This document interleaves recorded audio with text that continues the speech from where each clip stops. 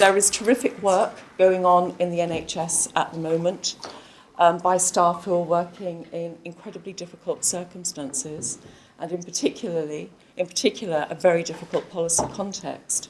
I'm a health policy person, and what I'm going to speak about tonight is the policy context. And I'm going to be quite critical of that policy context, but I don't want anybody to infer from that I'm being critical of the staff in the NHS. Yes.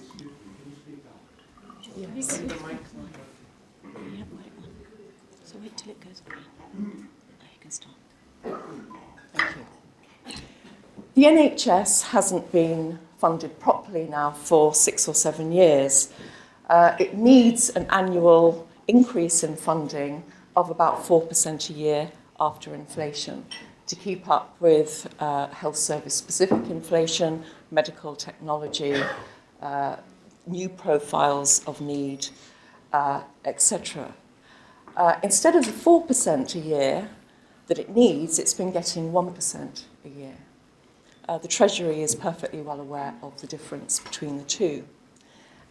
This level of funding increase, 1% a year, began in about 2010 and is due to continue until 2020. So on average, we can expect to see a 1% increase in funding over a decade for the NHS. That is unprecedented in the history of the NHS, and the result of that is that unrealistic efficiency savings targets are being imposed on NHS organisations. Just recently, the Public Accounts Committee of the House of Commons reported on the financial state of acute hospital trusts in the NHS. The Public Accounts Committee criticised NHS England, which is the organisation that steers the NHS, and criticised it for imposing unrealistic efficiency savings targets on NHS organisations. NHS England admitted that it had indeed imposed unrealistic targets, and even admitted that those targets had damaged the long-term financial position of the trusts themselves. A couple of years ago, we had about a quarter of acute trusts in deficit, and by about last October, that figure had gone up to over 3/4 of acute hospital trusts in deficit. And the Public Accounts Committee concluded that the financial position of trusts had deteriorated severely and rapidly, and that the situation now was one of crisis. So it's rather astonishing in that context to find that the government wants the health service to run on the lines of a market. A market is a way of organising a service, which means you move away from an integrated and planned service towards one in which you separate out organisations which are given the money and are empowered to purchase healthcare from other organisations whose job it is to provide that healthcare.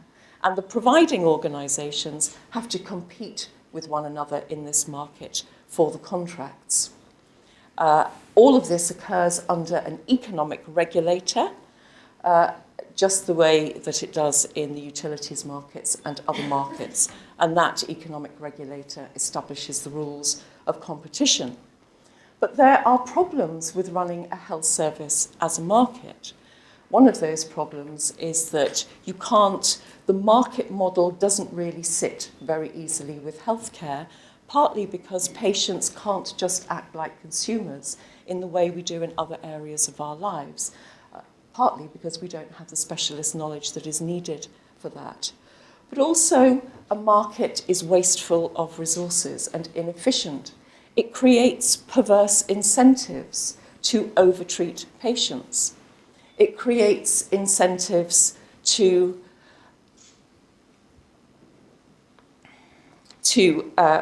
waste resources by diverting resources away from complex and serious conditions towards relatively trivial conditions, because it is easier to generate revenue by treating people with relatively trivial conditions. And that is particularly the case if you can target those services at private patients, something that we may well see more of in the NHS, because now foundation trusts are able to earn up to half of their income through private medicine. But also, markets are incredibly bureaucratically burdensome. You need to have people who can draw up contracts and negotiate contracts. You need to have people who can monitor and enforce those contracts. You need to have accountants and financial people. You need to have legal people around to settle disputes. You need to have a system that can monitor every single individual procedure and then bill for it and invoice for it. You need to have an IT system that can handle all of the pricing data and other kinds of data, a system that can allow our records to become electronically available, not so much so that the patients can see them, but so that all of the organisations in this market can see them. And in 2005, a piece of research was published which had found that already after about a decade of market policies in the NHS, these began back in the 1990s, already the amount of the budget that we were spending on administration and bureaucracy had gone up to 14%. And I don't think it's particularly unreasonable to suggest that today, another decade on, with a very complex market that we now have, that it's quite possible that the amount of budget we're spending on bureaucracy and administration could well be between 15 and 20%. In the 1970s, before any talk of markets, the NHS used 6% of its budget on administration. Of course, the other thing that the market does is it facilitates the privatisation of the service, and that is through the mechanism of the contract.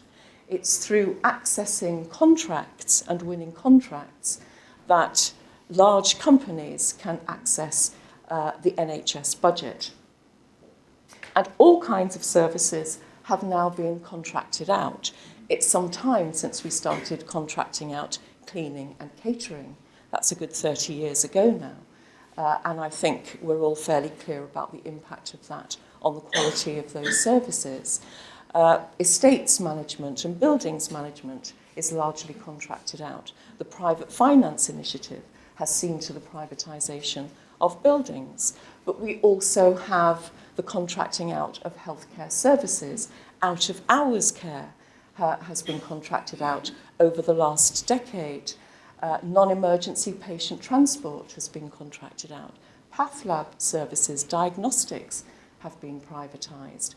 And increasingly, hospital services and community services are now being privatised, sometimes to extremely large corporations that operate on a transnational basis. The Centre for Health and the Public Interest produced a report last year which estimated that the NHS currently holds about 53,000 contracts with private sector providers for the supply of health services, and each and every one of these has to be managed. But there are problems with privatisation. It exacerbates the fragmentation of services, which has implications for the quality. It removes workers from collective national bargaining, and usually their terms and conditions and pay deteriorate, again with potential implications for quality. It removes information and data from the public domain, and therefore from public scrutiny and public accountability. Private corporations don't have to answer freedom of information requests. And it alters the dynamic within the service. There is a difference between an organisation whose primary purpose and function is to serve NHS patients and an organisation whose primary purpose is to generate revenue. And we cannot expect that a transnational corporation with headquarters in the States or in South Africa considers that its main business strategy must be the fulfilment of the needs of NHS patients.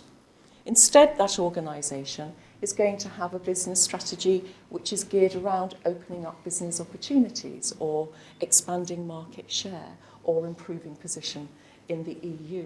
And of course, all of this has implications for the way in which professionals and other workers are managed within those organisations, because organisations manage according to their business strategy. On top of these policies of markets and privatisation, there is a permanent reorganisation going on within the health service. It is like a permanent revolution.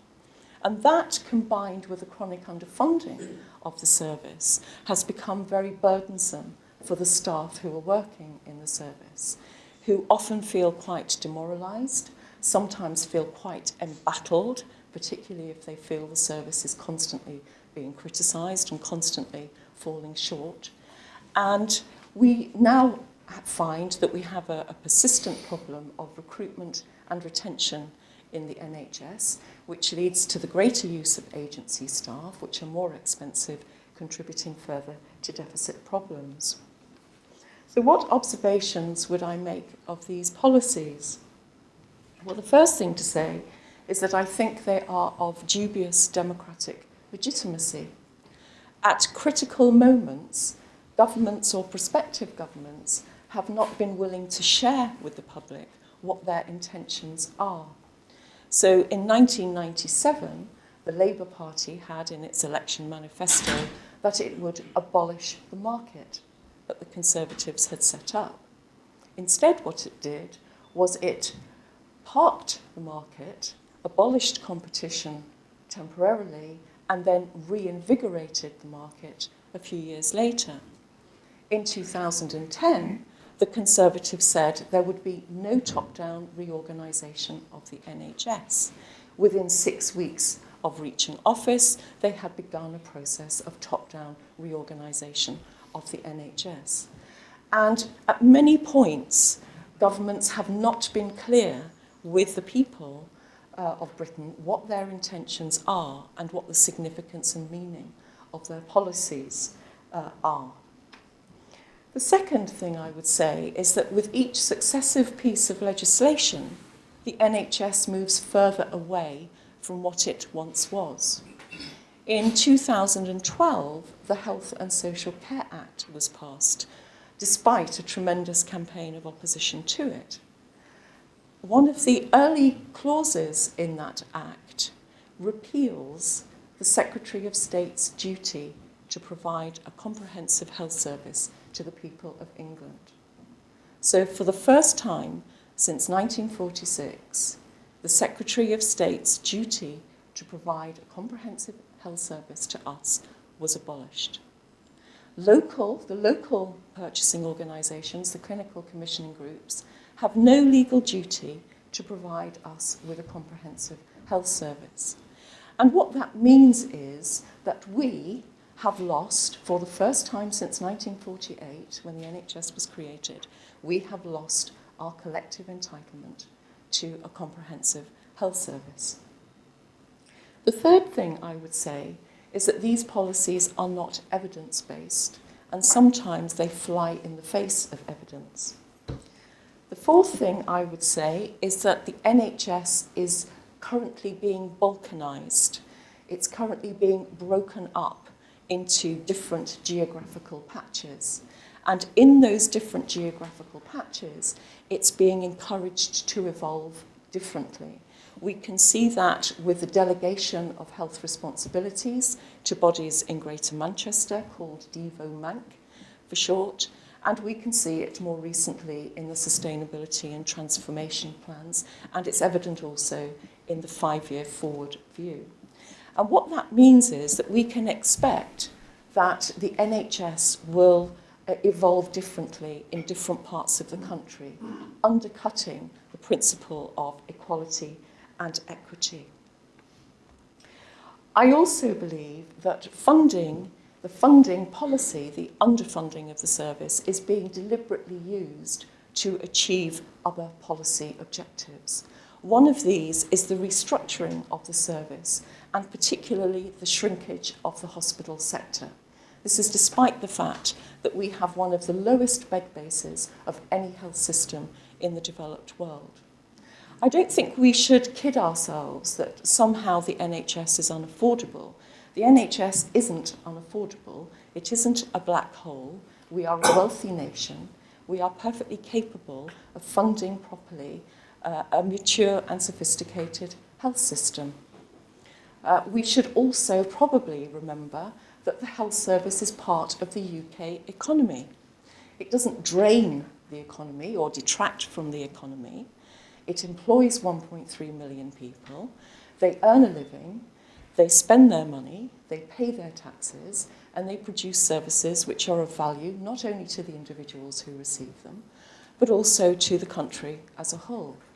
And we should remember that we spend less than the EU average as a proportion of our GDP on health, and we spend less than the OECD average as a proportion of our GDP on health. And we have fewer doctors per head of population, fewer nurses per head of population.